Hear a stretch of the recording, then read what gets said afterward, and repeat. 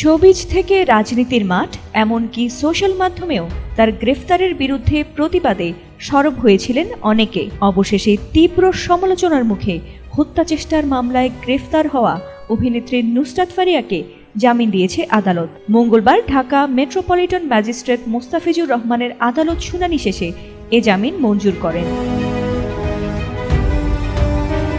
এর আগে নায়িকা নুসরাত ফারিয়াকে গ্রেফতার করে কাশিমপুর কারাগারে পাঠানোর নির্দেশ দেয় আদালত। এরপর এমন ঘটনাকে বিব্রতকর বলে সোমবার এক ফেসবুক পোস্টে সংস্কৃতি উপদেষ্টা মোস্তফা সরোয়ার ফারুকী লেখেন, মন্ত্রণালয়ে কাজের বাইরে তো আমার একটা পরিচয় আছে। আমি এই ইন্ডাস্ট্রিরই মানুষ ছিলাম এবং 2 দিন পর সেখানেই ফিরে যাব। নুসরাত ফারিয়ার গ্রেফতার বিব্রতকর একটা ঘটনা হয়ে থাকলো আমাদের জন্য।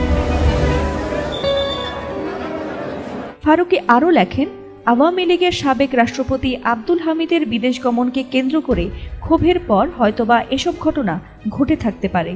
কয়েকদিন আগে ব্যারিস্টার আন্দালিব পার্থের স্ত্রীর সঙ্গেও এমন একটা ঘটনা ঘটেছে। এসব ঘটনা কোনোভাবেই সমর্থনযোগ্য নয়।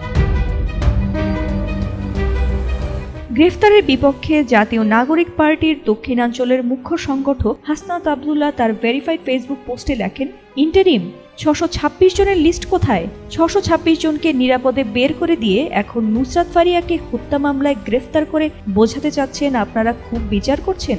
এগুলো বিচার নয়, এগুলো হাসিনা স্টাইলে মনোযোগ ডাইভার্সন। এদিকে নুসরাত ফারিয়ার পক্ষে জামিন শুনানিতে অংশ নেওয়া এক আইনজীবী বলেন, আদালত ন্যায় বিচার করেছে। জামিন শুনানির জন্য 22 তারিখ ধার্য করা থাকলেও আজকে পুলিশ দ্রুততার সঙ্গে আদালতে প্রতিবেদন জমা দেয়। তারই প্রেক্ষিতে আদালতে জামিন চেয়ে শুনানি করা হয়। যেহেতু সত্যতা পাওয়া গেছে যে উনি দেশে ছিলেন না, আমাদের নতুন গ্রাউন্ডে ওনাকে বেল দেয়া হয়। রোববার হযরত শাহজালাল আন্তর্জাতিক বিমানবন্দর থেকে আটক করা হয় একটি চলচ্চিত্রে শেখ হাসিনা চরিত্রে অভিনয় করা নায়িকা নুসরাত ফারিয়াকে। বৈষম্য বিরোধী আন্দোলনে হত্যা চেষ্টার অভিযোগে ভাটারা থানায় হওয়া এক মামলার এজাহার নামেও আসামি নুসরাত ফারিয়া। ফাতিমা সুলতানা, এটিএন বাংলা।